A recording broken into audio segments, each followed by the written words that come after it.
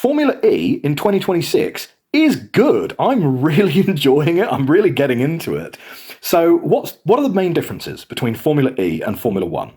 First main difference is Formula E, the racing is much, much closer. It's much, much closer. Partly that's because it's a spec series, not a formula, not a constructor series. And so that makes the racing kind of naturally close. But what makes the racing really close is the fact that it is not an aerodynamic grip limited series. So broadly speaking, there's two different kinds of grip that you can get. You have aerodynamic grip and you have mechanical grip. Mechanical grip is to do with the actual rubber on the road and how sticky your tires are with the road. And your aerodynamic grip is how much grip you generate from the downforce of your aerodynamics.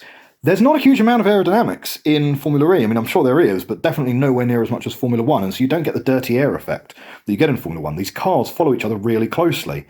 And actually, what limits these cars is not their tyres, as it does in Formula One. In Formula E, generally speaking, you don't change tyres during a race unless you have a puncture. What you're limited by in Formula E is how much battery power you have. And that creates a very unusual situation where being at the front is a slight disadvantage. Because if you're punching the hole in the air, the cars behind you are saving more battery, and they can deploy more of that battery more aggressively in future laps. So what does that mean in practice? It means that watching a Formula E race is a little bit more like watching cycling or watching speed skating. You have around about 25 to 35% of the race is cars sort of jostling for position, where they don't necessarily want to be in the lead, but they sort of want to be there or thereabouts. They want to be running in like second or third or fourth, but they're all running really closely. And if you kind of get out of sync, then suddenly you find that in the space of a couple of corners, because you've ended up on the outside of a corner accidentally or whatever,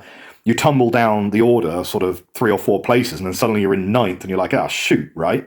And so you're sort of jockeying for position until the point where someone decides they now have enough power banked to be able to go flat out for the rest of the race, and then they really go for it. And this kind of gives the races a bit of a ramp rate to them, because in Formula One, the most exciting bit is the start of the race and the first few laps of the race, and then everything kind of settles down. And the last 10 laps of the races tend to be quite quiet affairs, you know. Sometimes people have a massive tyre offset and they're chasing each other down, but often the last 10 laps of a Formula One race, pretty quiet. In Formula E, it gets faster and faster and faster as the race goes on. And because they are all pretty close to each other, that means that in the last few laps of the race, that's when everyone's kind of really pushing the hardest, and you get racing all the way to the line. The starts tend to be the more pedestrian part, and then you get this ramping up of excitement throughout the race.